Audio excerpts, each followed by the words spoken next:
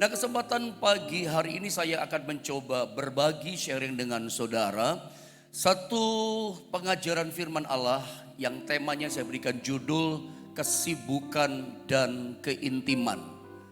Sesungguhnya setiap kita ya kalau disuruh memilih antara kesibukan dan keintiman, itu kalau dibikin semacam polling, saya yakin jawabannya dari banyak orang Kristen, dari banyak orang adalah lebih pilih kesibukan daripada keintiman. Ada banyak orang memandang, menilai keintiman dengan Tuhan itu seperti apa ya, makan energi. Seperti menyiksa daging kita.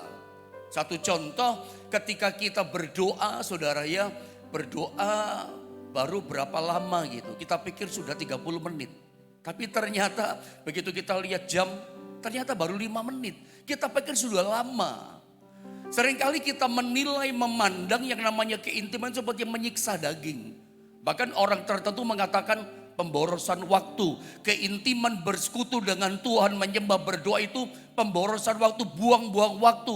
Orang kalau suruh milih sibuk, milih kerja dan seterusnya. Walaupun itu penting saudara ya. Tapi mari saya akan coba singkapkan sama saudara lewat firman Allah tentang balancing, keseimbangan antara kesibukan iya, tapi keintiman juga iya saudara ya. Mari kita baca dalam sebuah kisah pelajaran tentang satu keluarga, terutama dua orang kita belajar. Maria dan Marta ketika Yesus berkunjung datang di rumahnya atas undangannya Marta sebetulnya. Lukas 10 ayat 38 sampai 42. Saya membaca ayat 38, ada 39 bergantian begitu, nanti 42-nya sama-sama ya.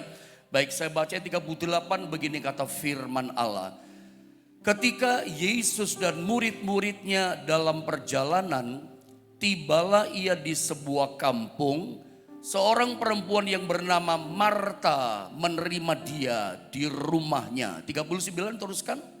Perempuan itu mempunyai seorang saudara yang bernama Maria. Maria ini duduk dekat kaki Tuhan dan terus mendengarkan perkataannya. Ayat 40 saudara ya. Sedang Marta sibuk sekali melayani, ia mendekati Yesus dan berkata, Tuhan, tidakkah engkau peduli bahwa saudaraku membiarkan aku melayani seorang diri? Suruhlah dia membantu aku. Terus 41. Tetapi Tuhan menjawabnya, Marta, Marta, engkau khawatir dan menyusahkan diri dengan banyak perkara. Ayat 42 mari bersama-sama kita baca 2 dan 3. Tetapi hanya satu saja yang perlu, Maria telah memilih bagian yang terbaik yang tidak akan diambil daripadanya. Saya langsung saja ajak saudara lihat pada gambar yang pertama. Lihat ini saudara ya. Kalau kita baca kisah Lukas 10 saudara ya, ayat 38 sampai ayat 42. Kisah tentang Maria dan Marta. Menurut saya selama ini ketika berbicara tentang Maria dan Marta, ada banyak orang Kristen berkata begini, jangan jadi seperti Marta, tapi jadilah seperti Maria. Selalu seperti itu. Dan yang saya mau coba tunjukkan, sampaikan sama saudara, seringkali pemahaman kita tentang Lukas 10 ayat 38 sampai 42 itu enggak utuh. Kita sepertinya membeda-bedakan, kamu harus jadi seperti Maria, jangan kamu kayak Marta. Makanya saya tunjukkan gambar kedua. Kenapa orang selalu berkata kamu harus jadi seperti Maria, kamu jangan kayak yang namanya Marta. Karena kisah Maria dan Marta menurut saya ini bukan berbicara tentang mana yang lebih baik. Tetapi sesungguhnya kalau Anda cermat teliti baca ayat ini berbicara tentang prioritas sebetulnya. Apa yang dilakukan oleh Marta, yang dilakukan oleh Maria. Ketika saya coba renungkan, saya pelajari, saya gumuli gitu ya. Yang Tuhan tunjukkan sama saya, yang Tuhan singkapkan begini. Ini bukan bicara mana yang lebih baik di antara dua orang wanita ini. Tapi ini bicara tentang prioritas. Tadi saya katakan ada banyak orang mengatakan kamu harus jadi kayak Maria, kamu tidak boleh jadi kayak Marta. Makanya seringkali kalau kita lihat ada di antara kita ya, sibuk urusan pekerjaan, sibuk terus urusan kerja, sibuk terus urusan bisnis. Orang ngomong apa? Kamu jangan jadi kayak Marta ya. Kamu harus jadi kayak Maria. Selalu perkataan ini yang terlontar. Selalu kata-kata seperti ini yang dilepaskan kepada orang yang terus sibuk dengan urusan kerja. Misalnya meninggalkan ibadah, apalagi begitu. Maka selalu kata-kata yang muncul datang sama orang ini. Kamu Kristen kayak Marta ya, kamu sibuk terus ya kamu sampai disebut ibadah. Itu memang bagus gitu ya. Tidak boleh kita tinggalkan yang ilahi, yang bersifat kekal, kita ganti dengan yang bersifat fana gitu ya. Tetapi selama ini seringkali saya ulang, orang pemahamannya tidak utuh tentang kisah Maria dan Marta. Saya ulang, sesungguhnya kisah tentang Maria dan Marta bukan bicara mana yang lebih baik di antara mereka berdua. Tapi lebih tepat kalau kita teliti, ini bicara prioritas. Mana sih yang harus didahulukan? Mana yang harus diutamakan? Mana sih dalam situasi begini yang harus diutamakan, dinomorsatukan? Bicara prioritas. Kenapa saya katakan ini bicara prioritas, bukan mana yang lebih baik? Karena sesungguhnya kalau kita bicara apa yang diperbuat oleh Marta dan apa yang diperbuat oleh Maria, bukankah dua-duanya ini harus ada dalam kehidupan kekristenan kita? Setuju dengan saya?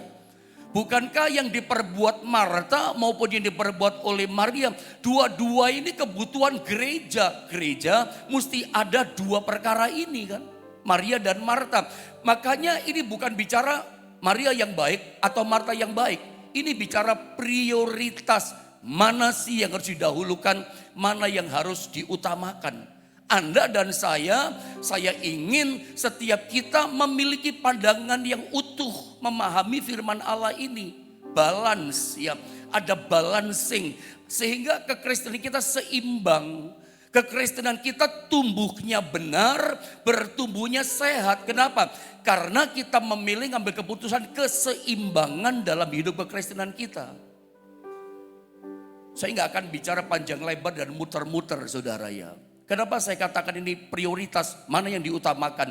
Sebab Tuhan Yesus melakukan kedua-duanya.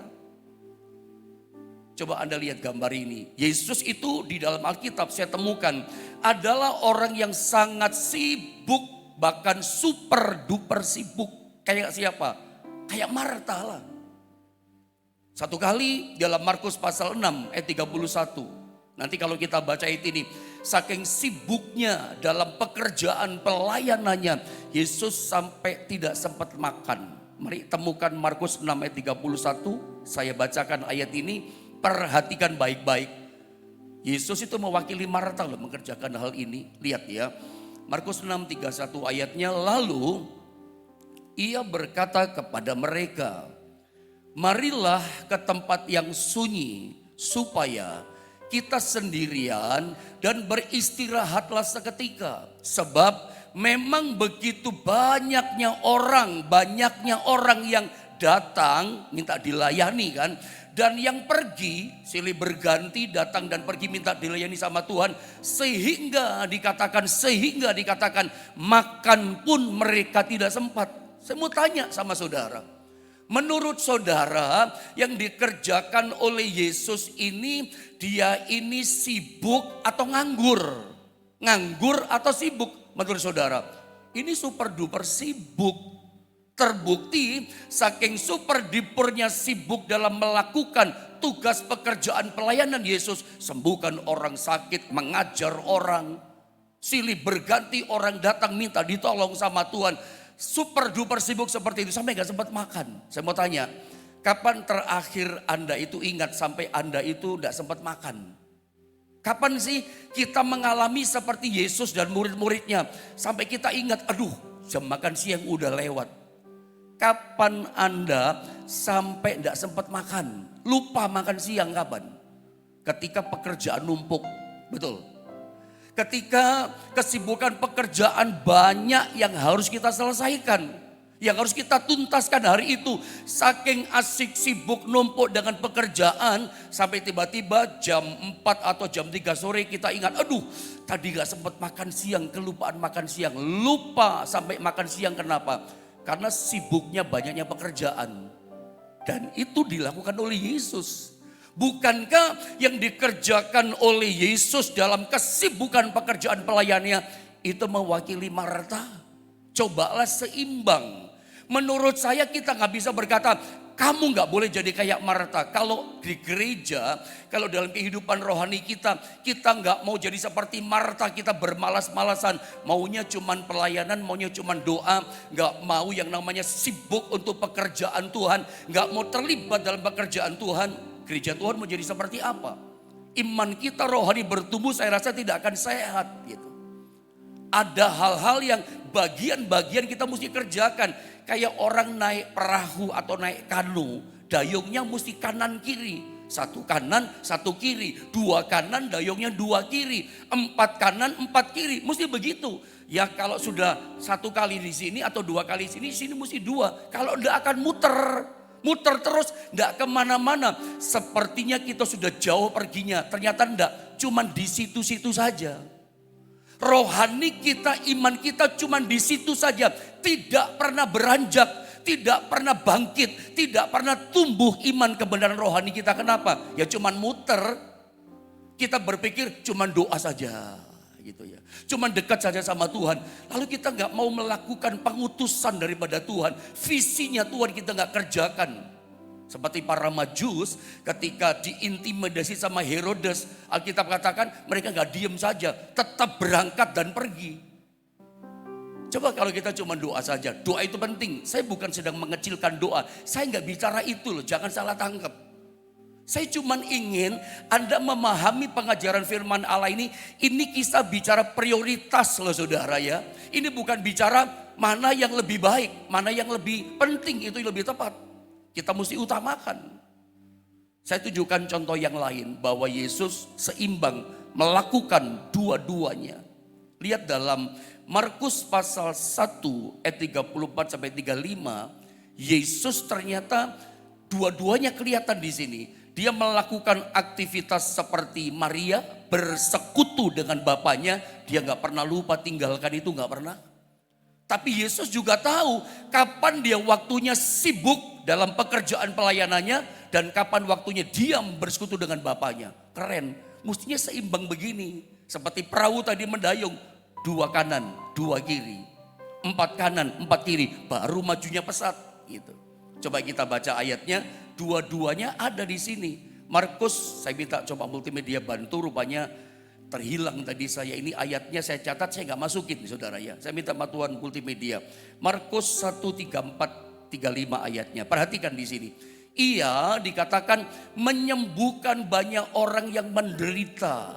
Dikatakan bermacam-macam penyakit dan mengusir banyak setan. Ia tidak memperbolehkan setan-setan itu berbicara sebab mereka mengenal dia. Bukankah ayat 34 ini bicara tentang kesibukan dalam pekerjaan pelayanan? Sibuk Tuhan menyembuhkan banyak orang yang menderita. Macam-macam penyakit, usir setan. Banyak orang silih berganti datang dan pergi. Sibuk, super duper sibuk Yesus. Setiap hari dia sibuk. Tidak pernah nganggur. Kerja terus tuh pekerjaan pelayanan visi Bapaknya dia kerjakan. Gak pernah cuma diem. Visi itu mesti dilakukan langkah demi langkah. Tapi coba lihat ayat 35. Dia bersekutu kayak Maria. 35 dikatakan pagi-pagi benar. Seperti kita pagi ini. Pagi ini termasuk pagi-pagi benar. Karena kita belum kerja kok. Ya mungkin di lain tempat beda waktu ya. Tapi saya waktu bicara waktu Indonesia bagian barat. Apalagi yang di luar negeri beda waktu jauh kita. Tapi Alkitab katakan pagi-pagi benar. Waktu hari masih gelap. Ia bangun dan pergi keluar. Dikatakan ngapain dia? Ia pergi ke tempat yang sunyi dan berdoa di sana. Bukankah ayat 35 ini bicara bersekutu seperti Maria duduk diam di kaki Yesus? Saudara, mari kita belajar dari kisah ini. Bahwa ternyata Yesus itu melakukan dua-duanya balance, seimbang. Yesus melakukan seperti Marta, sibuk dalam pekerjaan pelayanannya, tapi dia tidak pernah meninggalkan. Dia bisa tinggalkan kesibukan itu, ngapain? Bersekutu, berdiam diri dengan Bapaknya. Intimacy with God itu penting. Ya, berfellowship dengan Tuhan, dengan sorga itu penting. Karena disitulah kita menerima energi, kekuatan. Kalau kita kerja terus, pelayanan terus bisa capek loh. Kalau capek, itu iman bisa capek loh. Roh kita bisa lelah loh. Jiwa kita bisa lelah. Kapan kita jadi kuat? Saat-saat kita duduk diam di kaki Tuhan. Hadapi masalah digempur bertubi-tubi dengan kesulitan. Bisa lelah loh roh kita. Aduh doaku kok belum dijawab-jawab ya. Kenapa orang bersungut-sungut? Kenapa akhirnya orang bisa murtad? Sederhana. Padahal kita kaget. Aduh padahal dia pintar ngajar. Dia berpengetahuan firman yang dalam. Loh kok tinggalkan Tuhan ya? Kok murtad ya? Sederhana. Tidak seimbang hidupnya. Imannya tidak sehat. Rohaninya nggak tumbuh benar gitu. Pertumbuhan yang tidak sehat. Pertumbuhan yang nyasar saudara. Kenapa? Karena cuma sibuk pekerjaan melayani Tuhan. Tapi dia lupa. Gak bisa tinggalkan kesibukan tuh diam diri di kaki Tuhan. Bersekutu dalam hadirat Tuhan. Itu penting. Itu maksud saya. Tapi dua-duanya penting. Tapi persekutuan dengan Tuhan gak boleh ditinggalkan. Yesus melakukan itu. Rahasia kemaksimalan pelayanan Yesus. Rahasia kesuksesan dalam setiap apapun dikerjakan dalam pelayanan Yesus. Rahasianya ini kan. Sebelum melakukan pekerjaan pelayanannya. Sebelum melakukan itu, prioritas pertama bersekutu dengan Bapaknya. Pagi-pagi benar. Saya pernah bilang sama saudara, Musa itu ketika mau menerima 10 hukum Allah yang sudah Musa emosi kan. Israelnya anak lembu emas kan, itu dipecahkan itu. Batu yang batu 10 hukum. Lalu bikin perjanjian, besok pagi-pagi benar. Kamu datang naik gunung sini berjumpa dengan aku. Perjumpaan dengan Tuhan itu Tuhan yang atur, pagi-pagi benar. Ini bukan sekedar doa, ada sih doa malam, tapi ini ditulis pagi-pagi benar ya bersekutu. Dan saya pikir ini prioritas sebelum kita kerja, sebelum kita sibuk. Nomor satu apa prioritasnya? Bersekutu. Datang seperti kita pagi ini. Makanya saya coba tunjukkan sama saudara tentang kisah Maria dan Marta. Coba Anda lihat gambar berikutnya ini, statement-statement yang saya coba berikan sama saudara. Ya, perhatikan nomor satu. Persekutuan dalam hidup kita. Jadi pelajaran rohani apa yang kita bisa petik, kita dapatkan dari kisah tentang Maria dan Marta. Ini bukan bicara tentang mana yang lebih baik, tapi bicara tentang prioritas. Mana yang kita utamakan dulu. Nomor satu begini, saya ingin saudara memahami pengertian ini. Persekutuan dengan Tuhan, diam di kaki Tuhan itu ya, berfellowship dengan Tuhan. Itu seharusnya mendahului pelayanan, pekerjaan. Mendahului aktivitas, mendahului segala macam kesibukan kita. Nanti setelah kita doa, nanti kita akan sibuk dengan pekerjaan.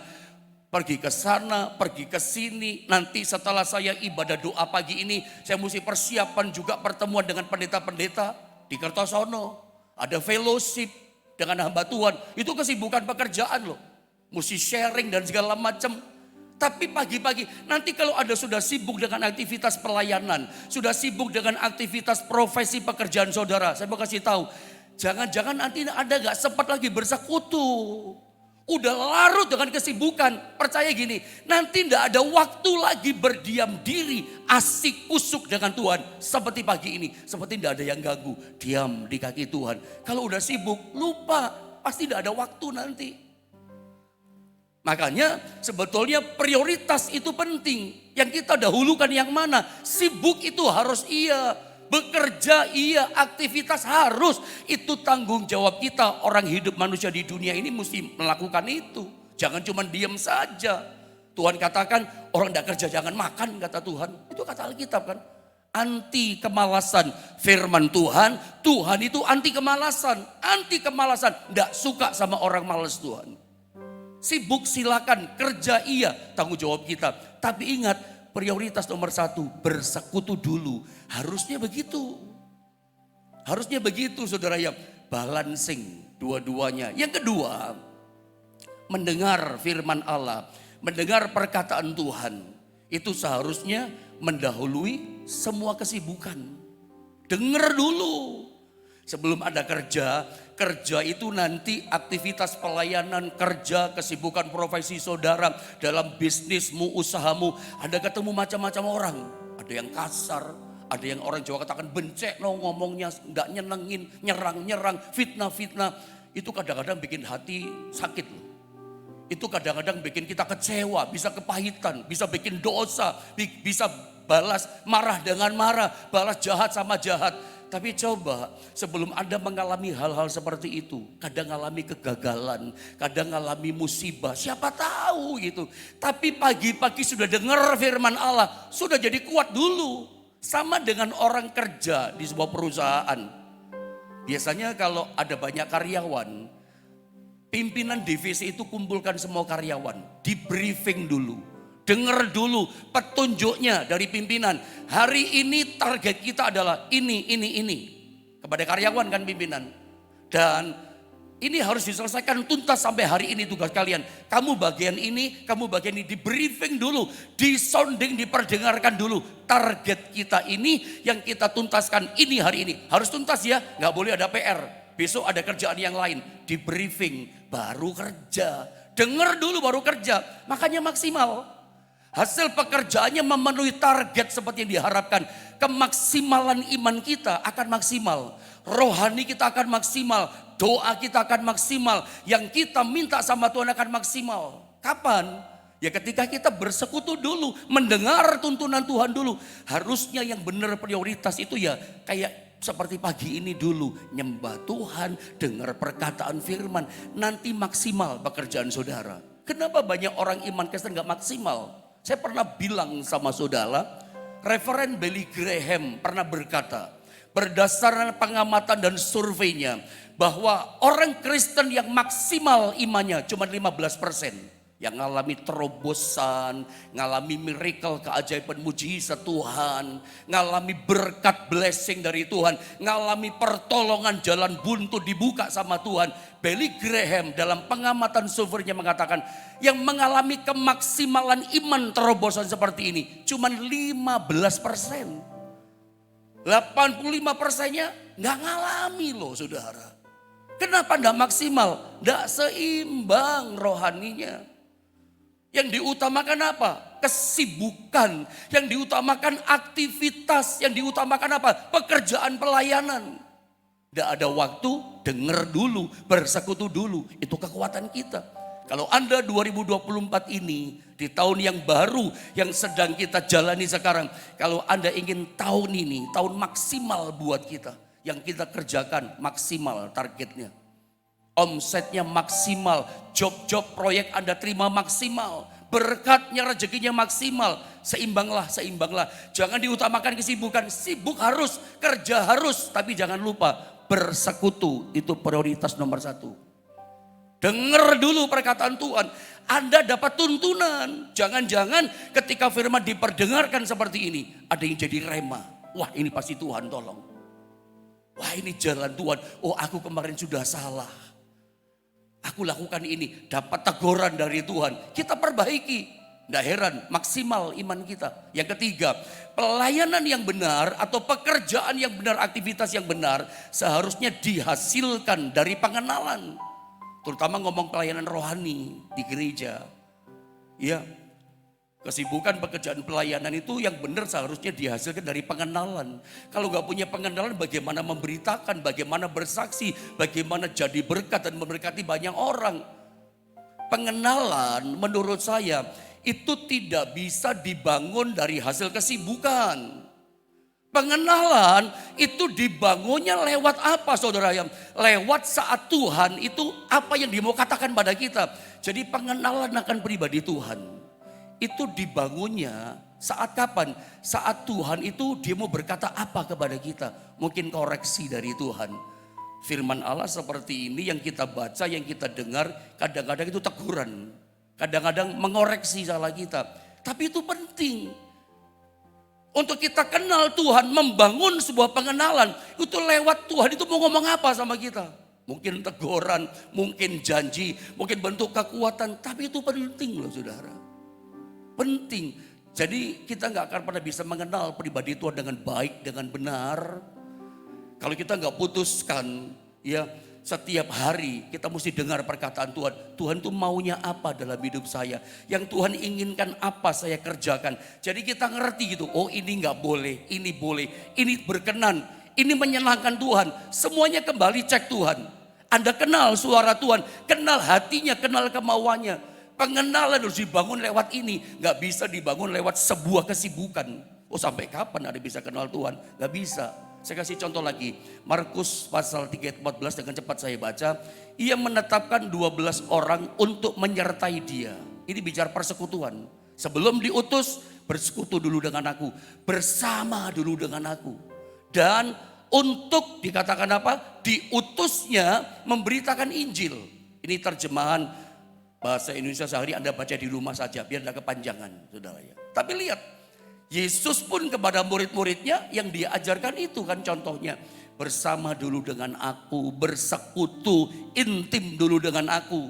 Karena memang pengenalan akan Tuhan, apa sih yang dimaukan Tuhan, yang disenangkan, yang menyenangkan hati Tuhan. Dibangunnya lewat apa yang dia katakan untuk kita. Baru kita bisa pergi, sibuk.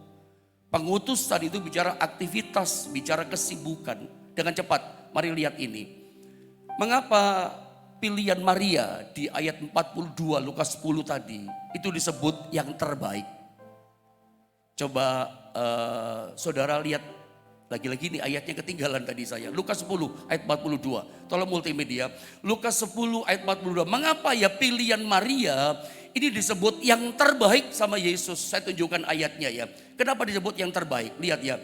Demikian Lukas 10 ayat 42. Lukas 10 ayat 42. Tentang Maria dan Marta. Tetap kita hanya bicara di seputar ayat ini saudara ya.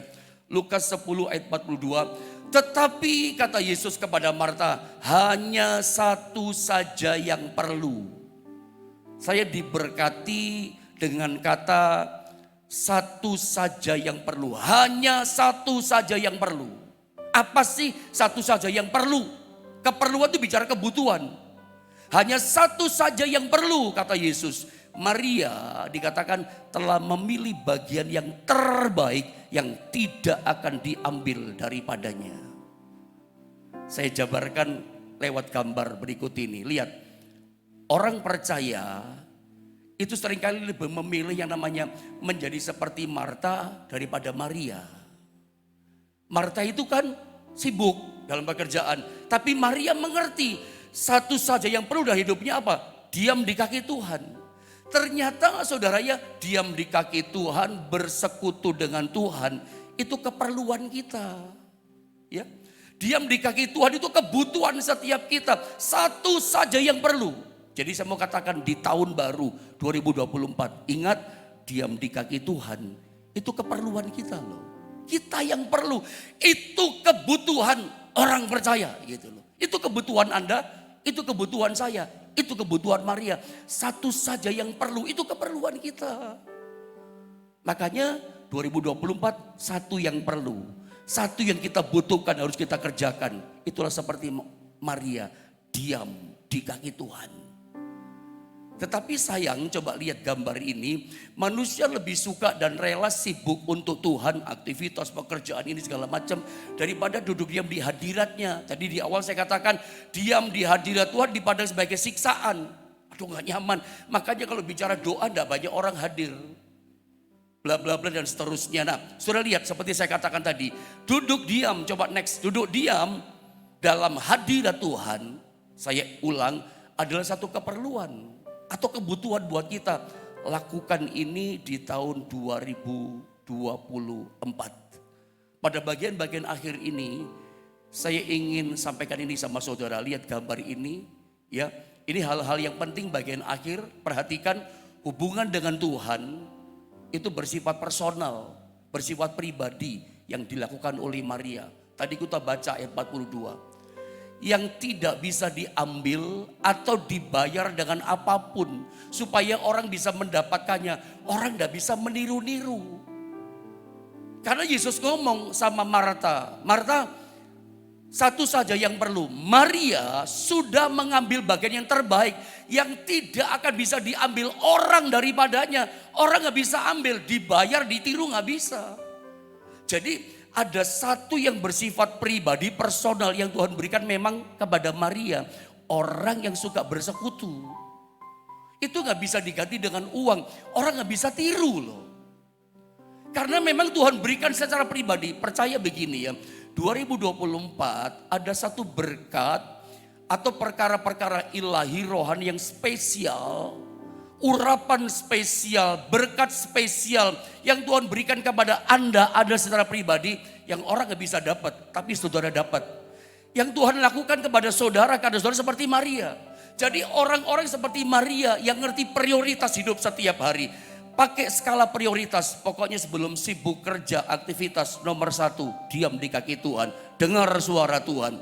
Anda akan dapat sesuatu yang khusus dari Tuhan, yang orang gak bisa rebut, orang gak bisa tiru, orang gak bisa bayar. Tiru-tiru gak bisa, nah orang suka meniru, tapi gak dapat intinya. Saya bawa saudara pada contoh ini ya, supaya Anda ngerti ya. Apa sih yang membuat seorang murid suka meniru, mencontek? Ingat masih duduk di bangku sekolah dulu? Ada kan di antara murid-murid, mungkin termasuk kita kali saudara ya, suka mencontek. Kenapa sih seorang murid suka mencontek, gemar mencontek? Nggak mau susah dia, nggak mau repot dia, nggak mau belajar, tapi ingin dapat nilai yang bagus cum laude. Dapat nilai 190 lah, atau yang terbaik. Tapi nggak mau belajar. Maunya apa? Mencontek. Kenapa mencontek? Nggak mau repot, tapi pengen dapat nilai bagus. Ini yang saya suka ajarkan namanya mentalitas instan. Pengen sukses, pengen diberkati. Bapak ingin gak diberkati Tuhan? Oh ingin Pak, haleluya. Tapi andanya gak mau susah.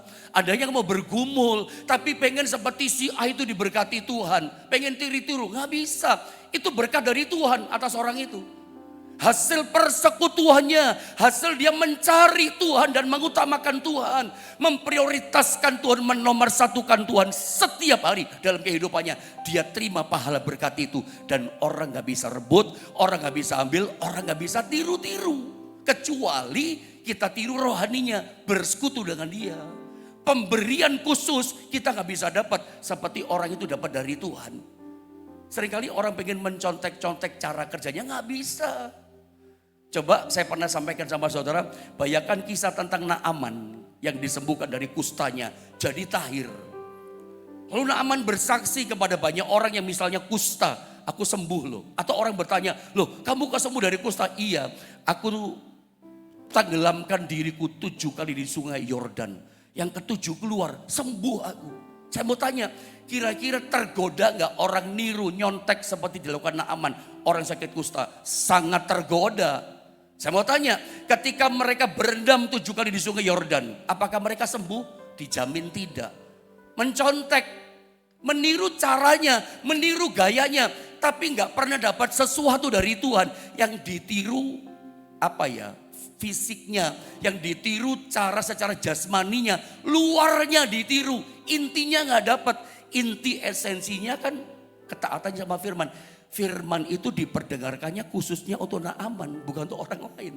Ada pesan-pesan pribadi, rema-rema pribadi. Nah seperti itu saudara ya, orang tiru-tiru gak dapat. Seringkali kita pengen mencontek, oh dia berhasil, aku pengen kayak dia. Di rohaninya intinya, bukan di luarnya.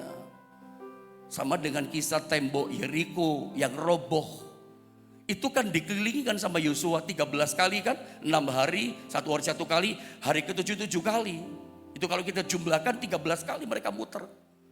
Coba bangsa tetangga tiru-tiru caranya Yosua. Taklukkan bangsa lain, diputeri. Apakah runtuh kalah bangsa musuhnya itu? Dijamin tidak. Meniru-niru gaya gak bisa meniru. Makanya kalau saudara tahun ini ingin mengalami yang namanya janji Tuhan yang luar biasa. Tidak ada cara lain. Utamakan keintiman. Utamakan bersekutu dengan Tuhan. Itu prioritas. Dengar firman Allah. Jadi persekutuan harus mendahului aktivitas, kesibukan, pekerjaan, dan pelayanan. Sebelum saya berbagi dengan saudara, sibuk dengan pekerjaan seperti ini, pelayanan seperti ini, ada persekutuan dulu dengan Tuhan. Bersekutu dengan firman-Nya, merenungkan, bersekutu keintiman, berdiam diri dalam doa. Saat-saat indah seperti itu tuh perlu. Supaya pengurapan mengalir, supaya jadi berkat. Dan saya percaya tahun 2024 itu menjadi tahun di mana kita merayakan kemenangan yang gilang gemilang. Asal melekat sama Tuhan. Bentuk prakteknya bagaimana? Intim sama Tuhan. Aku tidak bisa tanpa Tuhan. Dekat sama Tuhan, cari Tuhan, diam di kaki Tuhan, itu keperluanku, itu kebutuhanku. Saya mau katakan, kebutuhan kita tahun ini adalah apa? Dekatkan rohanimu dengan Tuhan. Utamakan iman, cari Tuhan. Maka Anda akan menerima sesuatu yang khusus dari Tuhan. Yang Tuhan tidak beri sama orang, Tuhan beri sama saudara.